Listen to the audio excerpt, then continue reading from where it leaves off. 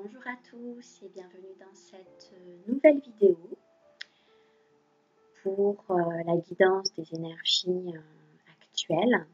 Donc, dans cette guidance, je vais essentiellement parler de la reprise du pouvoir créateur, cette renaissance qui est à notre disposition, qui passe selon moi par la complétude.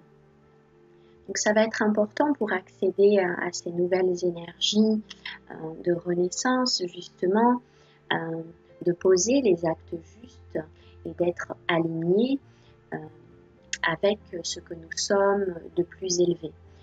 Et de ne pas attendre ou croire à un miracle extérieur, puisque nous sommes ce miracle. Voilà, nous sommes ce miracle que nous attendons.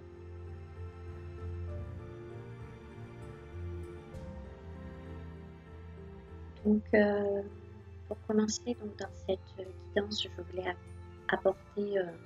aborder la notion du temps, la notion de délai, qui selon moi, ça va être important de se détacher de toute cette croyance qu'il y a par rapport au temps et d'aller au-delà de tout cela, à croire que le temps nous limite, que nous avons un délai, qu'il nous reste un mois, que va-t-il se passer ensuite, qu'est-ce qu'il va arriver, et comprendre que demain n'arrivera jamais. C'est vraiment sortir de cette illusion du temps, voilà, sortir de cette croyance que nous sommes limités par quoi que ce soit le temps ou autre. Le temps n'est qu'un exemple parmi tant d'autres. Croire qu'il nous limite, qu'il a un pouvoir sur nous. On sait très bien qu'à l'instant présent, nous pouvons agir sur le passé, sur les événements qui vont advenir, se remettre dans l'ici et maintenant. Tout mon potentiel créateur, je le mets dans l'ici et maintenant et rien ne me limite.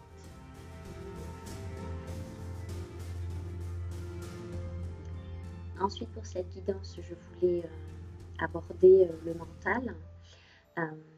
Je pense qu'il est très important de mettre le mental à notre service, en notre faveur. Donc, à savoir que le mental peut être limitant. Le mental est quelque chose dont nous avons besoin, bien entendu. Il ne s'agit pas de le renier, il s'agit de le mettre à notre service et de ne pas le laisser nous limiter par ce qu'il sait faire, c'est-à-dire réfléchir, penser, analyser en fonction de croyances passées, en fonction de ce qu'il connaît, etc. Il peut vraiment nous limiter et ça va vraiment être apprendre à l'apprivoiser et à laisser place davantage à l'esprit et à ce que nous sommes de plus grand. Parce que finalement, nous cherchons la complexité alors que tout est tellement simple. Ça va être le thème de la prochaine guidance qui est le choix de l'amour ou de la peur. Pas besoin de tergiverser autant que nous le faisons. Le choix, il est très simple. Choisis ton camp. Est-ce que tu vas choisir l'amour et cultiver cette conscience, cette confiance et te pencher à ce potentiel créatif, ou alors est-ce que tu choisis de rester dans les peurs et de continuer à nourrir cela. Encore une fois, tout est une question de choix. Le choix de l'amour ou le choix de la peur.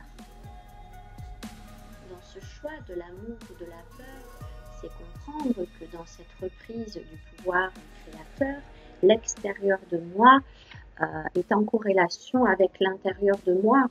Donc si je suis dans les peurs et que c'est que ça existe à l'intérieur de moi. Et plus je vais m'aligner et sortir de cette sensation d'être séparée de tout, je reprends mon pouvoir créateur. ce que je peux voir chez les autres, ce que je peux juger à l'extérieur de moi, je suis à ce moment-là en train de me juger. Toutes les situations que je vis qui me sont désagréables, qui me sont inconfortables, c'est toujours en parfaite résonance avec la vibration qu'il y a à l'intérieur de moi. Dans toute cette reprise de pouvoir créateur, ça va être important donc d'aller au-delà de ce qui reste dans le mental. Ça va être vraiment d'incarner par les gestes au quotidien toute cette sagesse qui est à notre disposition, toute cette connaissance. Ça va être important de la mettre en pratique parce que si ça reste des concepts, ma vie ne va pas changer. Il va vraiment falloir que je m'aligne, que ce soit par mes paroles, par mes actes, avec qui je suis, cesser de jouer un rôle, cesser de porter des masques et pour de bon incarner qui je suis.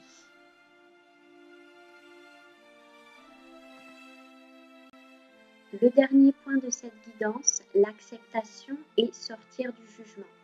Trop souvent, nous avons tendance à juger les situations, à juger les autres en commençant par soi-même.